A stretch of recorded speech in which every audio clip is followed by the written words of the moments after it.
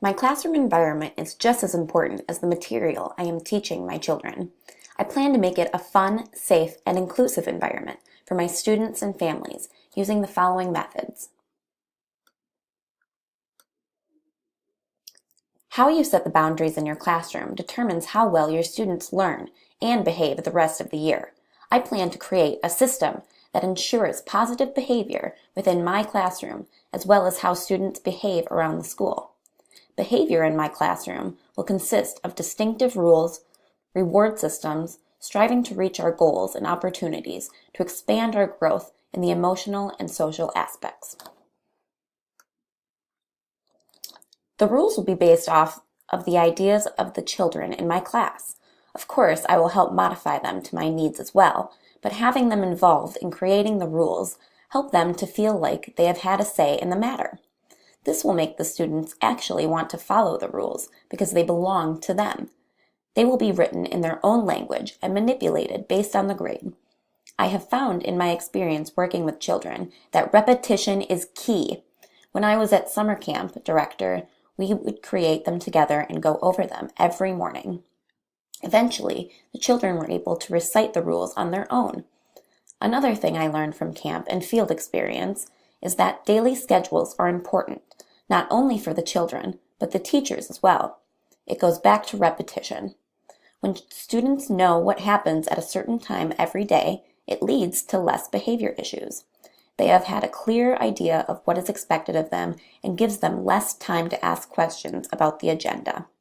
Lastly, the students in my class will know that following the rules does not get them rewards. They are just expected to be followed.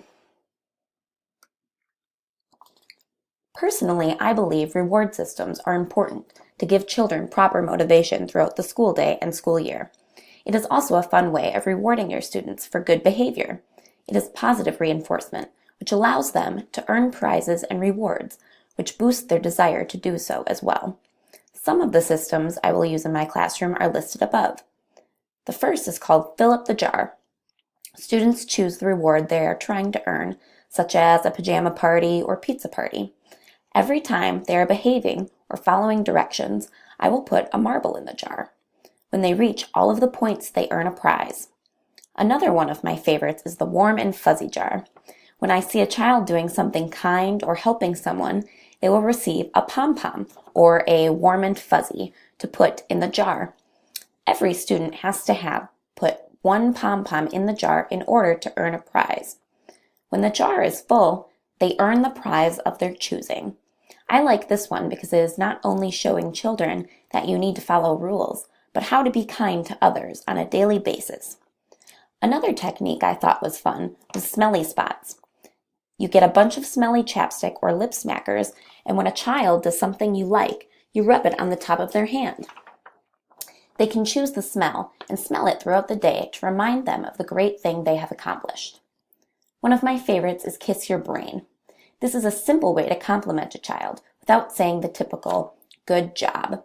You tell them to kiss their brain, and if they get told that 5 times throughout the school day, they get 1 Hershey's Kiss. There are so many innovative ways to incorporate rewards and good behavior into your classroom.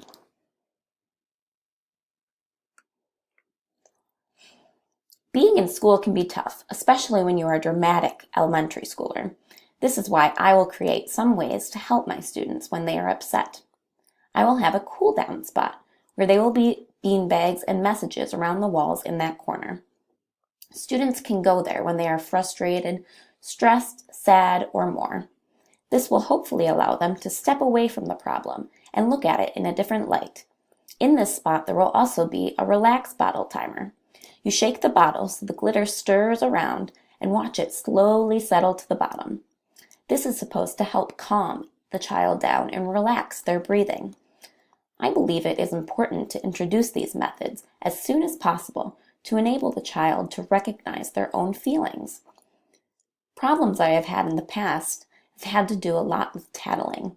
I will use this method called the tattle monster in order to cease tattletales in my classroom. When they feel like tattling on someone, they feed the monster a cotton ball. If they have all their cotton balls in the bag at the end of the day, they get a sticker or a candy. Social experiences are also important to introduce at a young age. I will create social opportunities by creating different pairs and partners every time we get together. I have a lot of clever ideas for pairing in my I Think journal. I will also move desks around in my classroom quite frequently, giving children the opportunity to socialize with other students. They will also do compliment cards often to practice how to give good compliments to one another. I want everyone to feel included in my classroom. A way to ensure that every child is included in the learning is total participation. For example, I plan on using whiteboards a lot to make sure every child is engaged in what we are doing at the time. One of the most important ways to set the mood for the day is a morning meeting. I will have one of these every morning. In this, a greeting will always be included. I want my children to know I care, especially if no one else has greeted them that morning. This will make them feel welcome and be a great start to the day. Diversity in my classroom will be addressed immediately. I will give as many opportunities to show my children there are differences in culture, religion, families, and learning styles. I will read books about the matters, have families come in and show their traditions and culture. I will also have guest speakers come in to discuss some of these things with my children. It is very important to me that everyone in my classroom feels comfortable and welcome.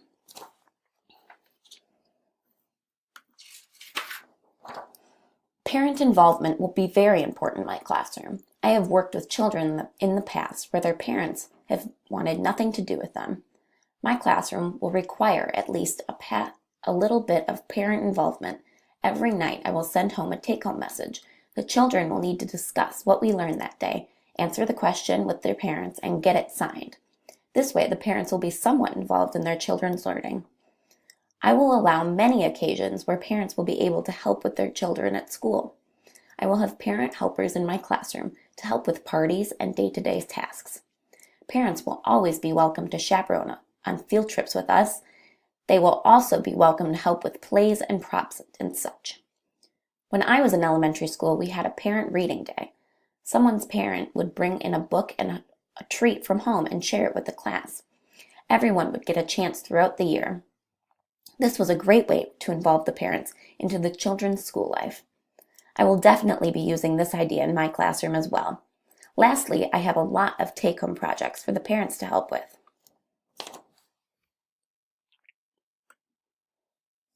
When I was little, I was diagnosed with ADHD, so I understand the need to move around every once in a while. I believe it is a good way to get the juices flowing, even for adults.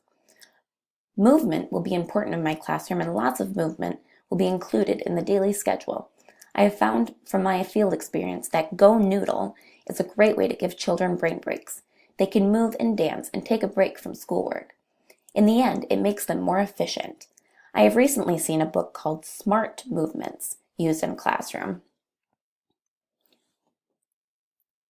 It is full of ways to get the children moving while working both sections of their brains.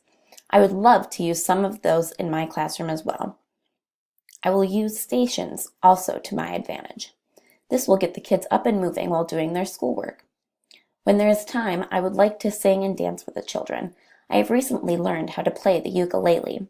It would be a great tool to use to enhance their music skills while giving them a little break.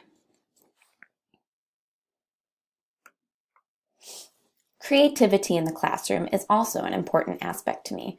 I want each student to be able to shine and show their creative abilities. As much as I can, I will allow students creative choice for projects that we are doing.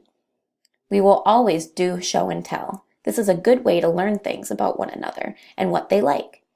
Along with that, All About Me posters will be essential to learning about the other students. They will create them throughout the year and share them one by one. At the end of the year, they will be all up on the wall. Lastly, they will have a free write journal. I want my students to enjoy writing, but not just for school. This will allow them to write fun stories or answer questions in their notebooks instead of just writing papers. I know this was one of my favorite times of the school day. It will also give me insight into what my students like. Overall, I believe all these aspects will come together to create a wonderful elementary classroom one day.